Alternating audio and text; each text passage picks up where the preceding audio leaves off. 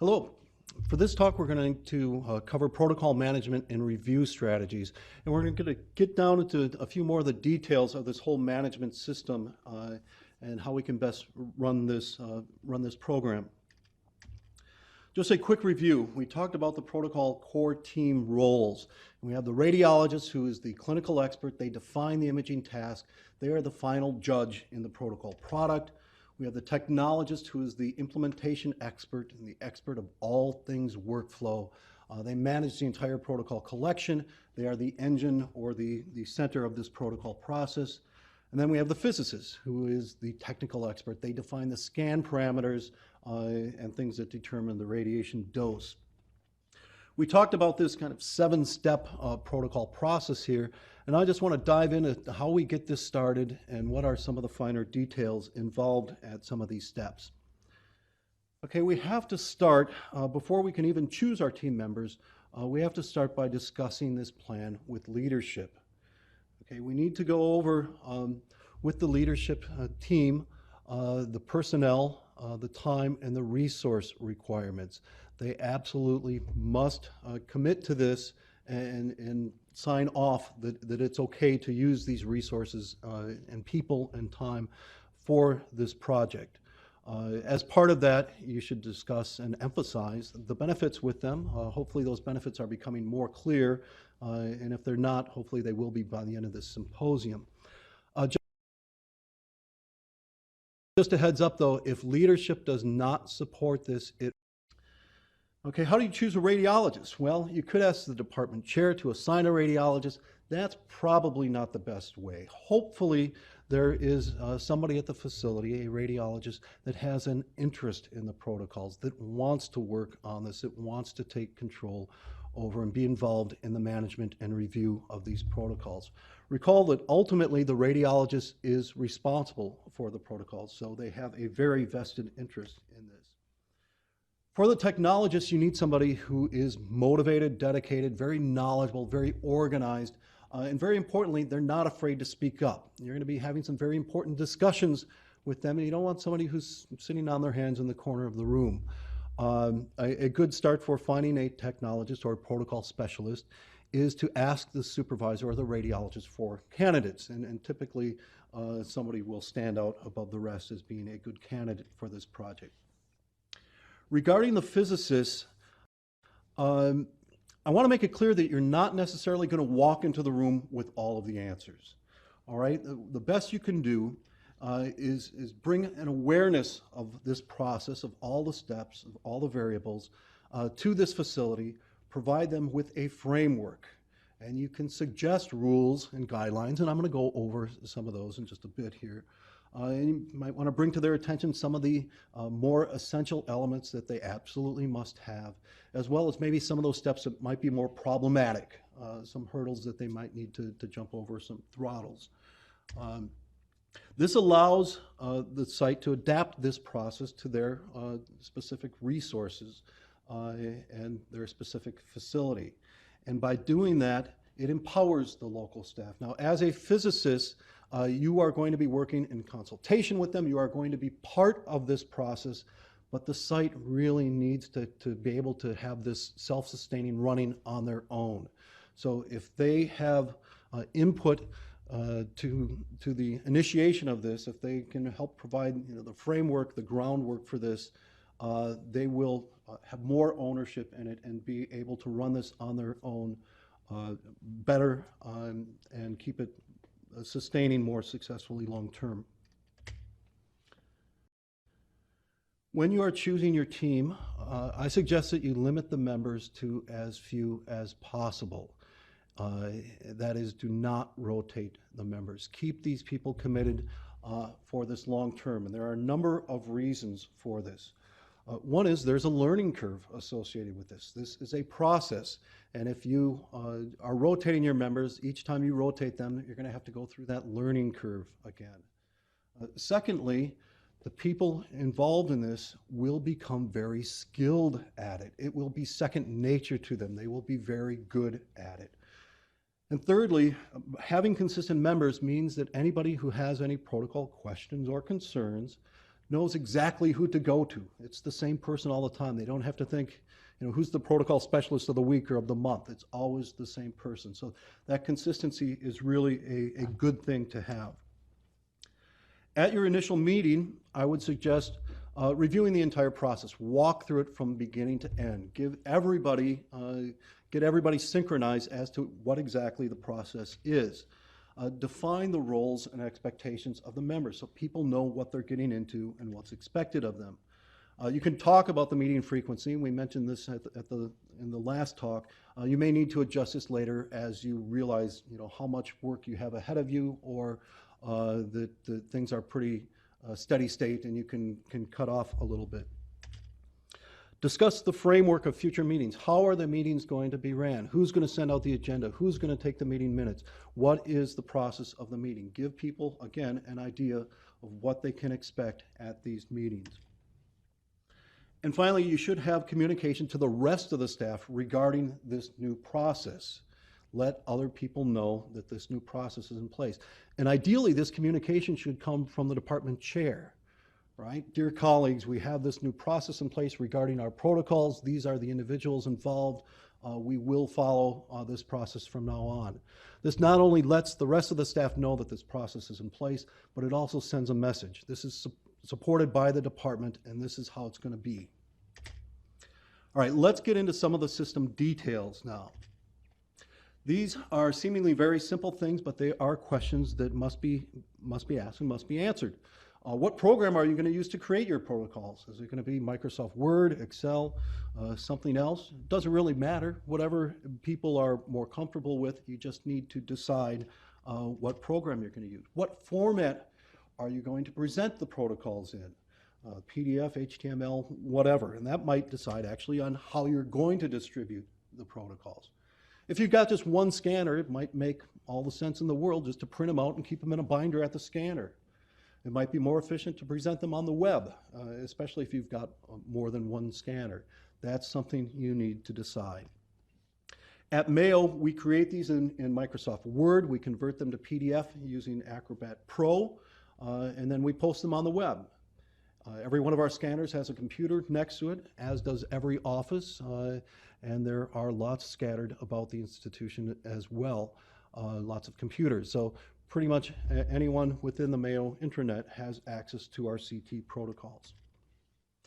Where will the protocol files be stored? Are they going to be on a common computer somewhere or on a server? I would suggest avoiding systems where only one person has access to them, such as somebody's personal laptop or a server that only one person can log into to access them. So who should have access?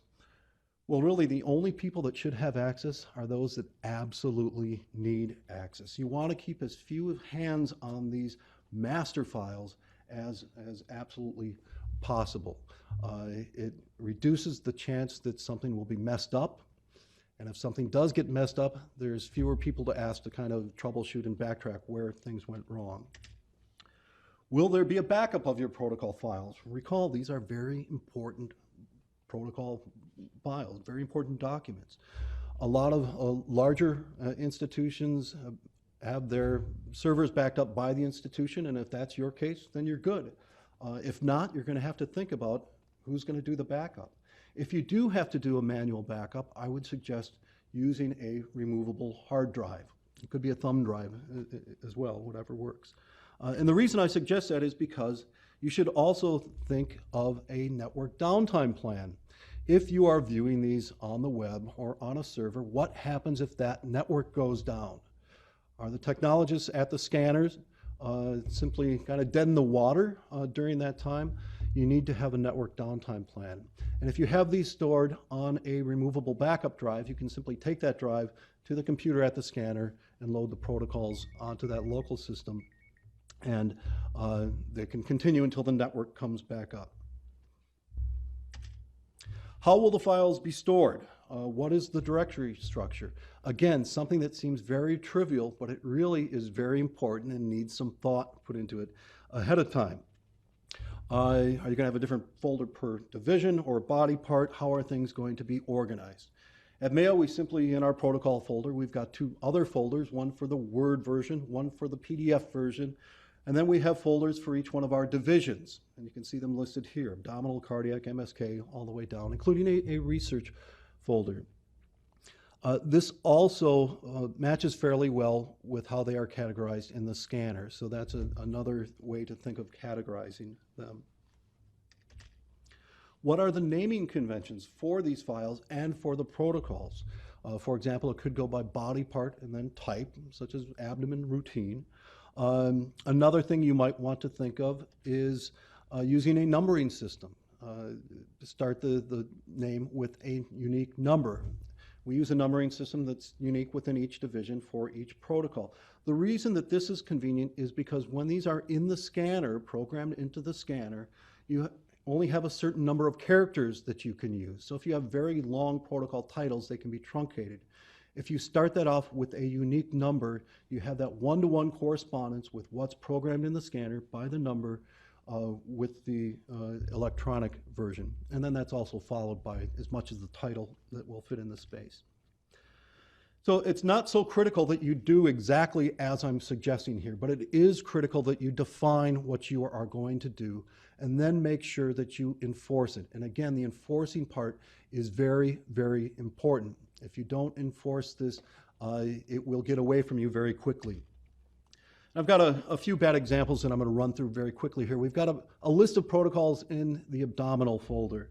Okay, and so we're going to find the routine abdomen and pelvis protocol to work on. Well, based on our naming convention, there it is, abdomen pelvis routine. But if you look right above it, there's one called abd pelvis routine. And down here at the bottom is one called routine abdomen pelvis. So we have this ambiguity here. Which one is the right one? Which one is the current one? Which one is the one that people are updating? In the worst case, you got two different people or even the same person that's updating two different versions of the same protocol, and then neither one of them are right. So you need to be strict about this naming convention. Here's another example, a biphase kidney. We've got kidney biphasic and then kidney two-phase.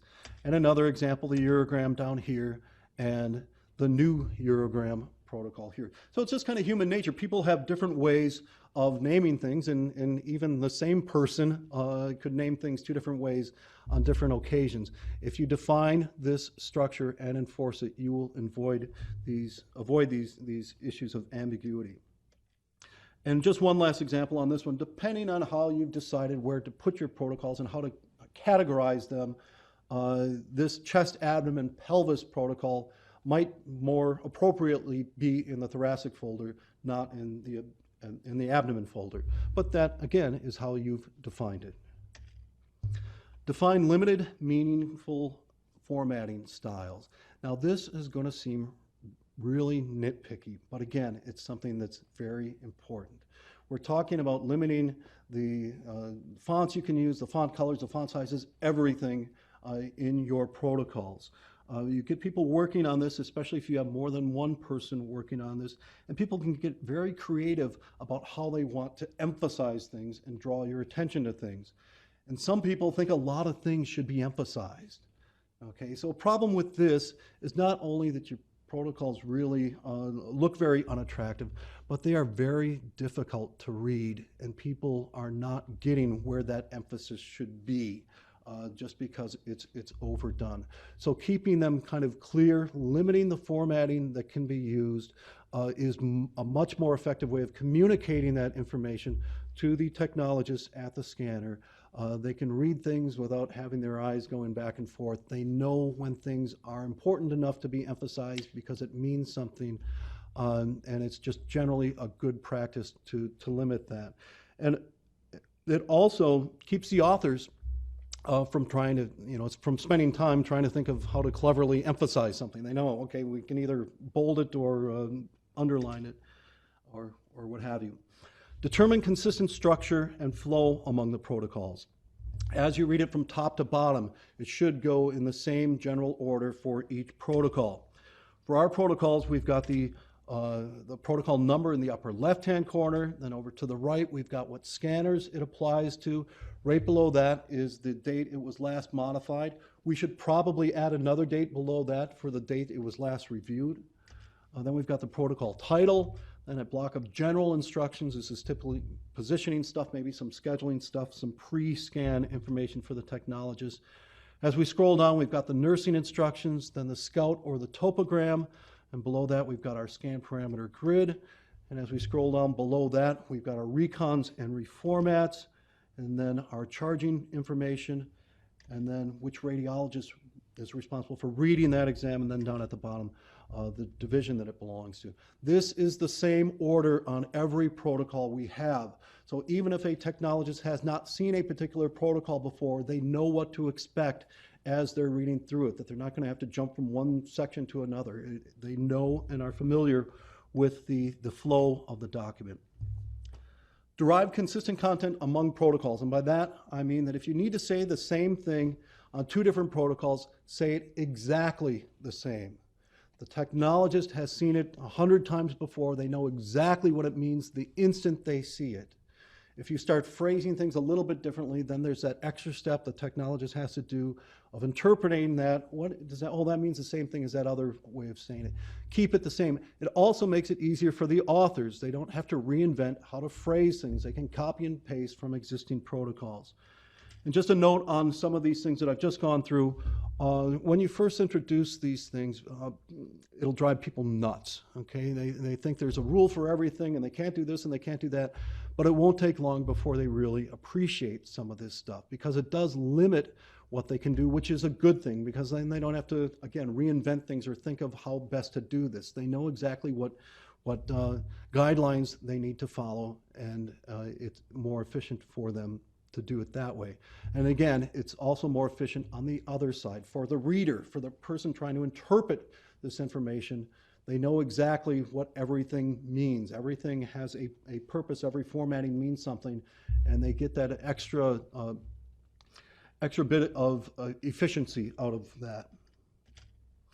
All right, let's look at some protocol review details now, and I think some of this is going to be discussed in one of the other talks in this symposium, so we'll just go over this kind of lightly. Excuse me. The review process will be line by line. This isn't as tedious as it sounds, especially if you use the consistent phrasing. A general approach to the scan optimization is, ask the technologist, are you having any problems with the scan? Things like needing to wait for the tube to cool down, or patients having a hard time holding their breath that long. Maybe complaints from the radiologist. Usually we hear about those right away though, right? So just ask what problems they're having. Ask the radiologist, are there any image quality issues? Any concerns that you've heard from your colleagues, or anything that you've run across? Could we possibly cut back on the dose a little bit and reduce the image quality in any way? Once you know the shortcomings, then you can focus your efforts on those. You can't fix something if you don't know there's anything wrong with it. So a good way to start that is just by asking. Some other things you can do: look for inconsistencies between similar protocols. For example, we've got a routine abdomen protocol using these scan parameters and a quality reference mass of 240. We've got the without phase of a biphase liver that uses the same exact scan parameters. It's the same scan, but the quality reference mass is 260. Clearly, these should be the same. And when you start looking at your protocols, you might see some consistency or some similarities between them. And you can say, for example, in this case, the routine abdomen pelvis, it could be considered a base for the biphase liver without contrast phase, and there may be other exams that use those same exact scan parameters. So make them all the same, and then if you improve one, you can improve all of them and proliferate that to all of them at once. Look for inconsistency with practice changes. Now, this really shouldn't happen, but we all know it does, and when it happens, it can be really easy to miss. For example, the team decides to reduce the mass from 200 to 170. The protocol specialist happens to be walking by the scanner after the meeting, goes in, makes the change. then gets pulled off to do something else and forgets to change it in the electronic version.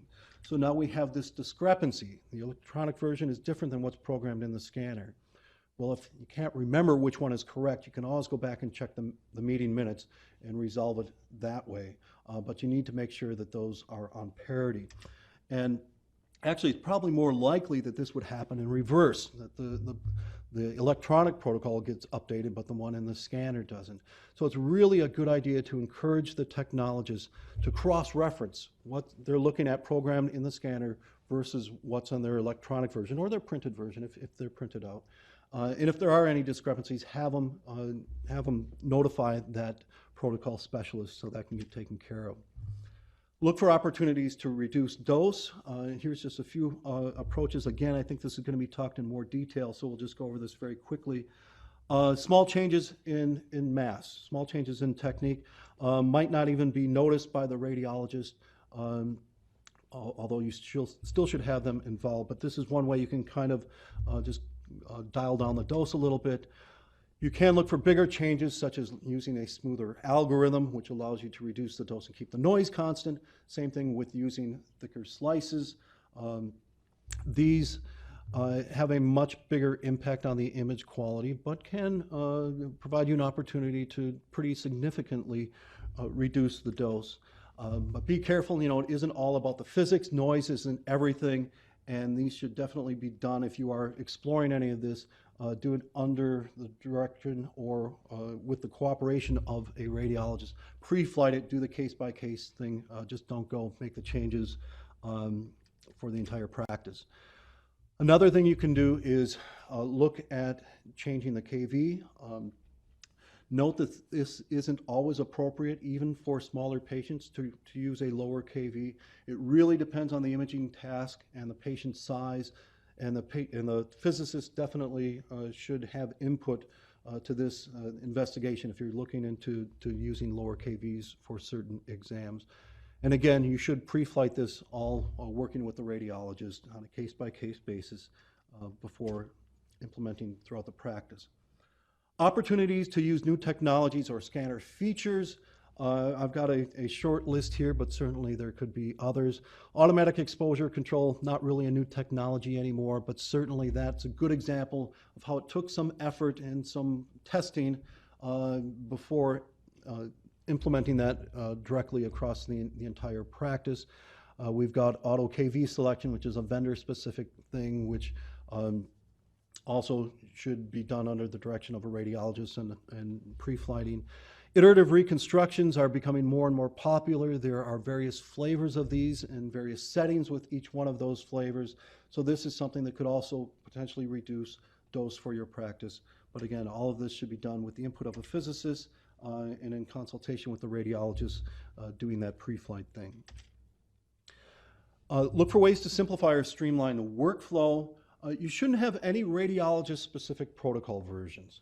There was one point when we first started our protocol work at my institution where we had about 4 or maybe 5 different versions of a single protocol that were all specific to a radiologist. Okay, this can be very problematic, right? It complicates things for the technologists. They have to know who's reading that exam for the day. It complicates the protocol collection. Now you've got all these different versions to manage and maintain. And it's really not a very effective way of doing things. The radiologist that brought this to my attention and said we needed to do something to it said, if you have more than one version of a protocol, one of those has got to be better than the rest. Everyone should be using that. And I think that kind of makes a lot of sense. Look at the big picture issues. Where are the longest delays in the scanning? Where are the most errors? Where are the most complaints from the technologists? Is there any confusion or ambiguity in the protocols? Again, big picture type things. And finally, are you capturing and reviewing all of the information? Are people telling you everything? A good sign to know if you're capturing all the information or not is go to the scanner and look at the monitor. Are there Post-its all around it? If there are Post-its all around your monitor, look at them, and they are probably little tips and hints that the technologists are leaving for each other on workarounds for things. I'm amazed at how accommodating the technologists can be when they hit a minor little glitch or problem, they find a way around it, and then they just move on. And they might put a note up on the scanner monitor for the next technologist if they hit that. You need to find out those things. You can't fix them if you don't know they exist. So you need to actively search for those kind of things. So discovering a lot of these issues is really just about communication. You're trying to find out issues with the scanner. There are some obvious things you can try, and then some things that are just part of the daily workflow that you may or may not know about. So you really are trying to open up that communication with the staff, with the technologists as well as the radiologists. This whole process and management system helps do that. People see that there is a group of individuals that are really trying to make these protocols as best they can be. There's an opportunity to get these little annoying things done as well as some of the bigger things done. So it kind of is a positive feedback loop where you're opening up the communication so you can solve more of these problems. Some other, very quickly, here's some references for protocol improvements. The APM website has some samples up. You can go to your apps person at the manufacturers, review the scientific literature, and attend meetings, or phone a friend, ask colleagues at other institutions what they're doing. So in conclusion then, you absolutely need departmental support. You should choose your core team very carefully. You're going to be working very closely with these people on very important issues and very long term. You need to choose the right people. Define a structure, whatever works best for you, and enforce it. Look for any opportunities to improve a protocol. Any improvement is an improvement, right? And be patient and persistent. This can be really tedious, very frustrating, very challenging, especially at the onset, but the payoff can be really tremendous. You are allowing people to do a better job and to perform better patient scans. Hopefully this will be in place a long, long time. So this is kind of your contribution, your legacy to that imaging facility and helping them keep their patient care optimized. Thank you.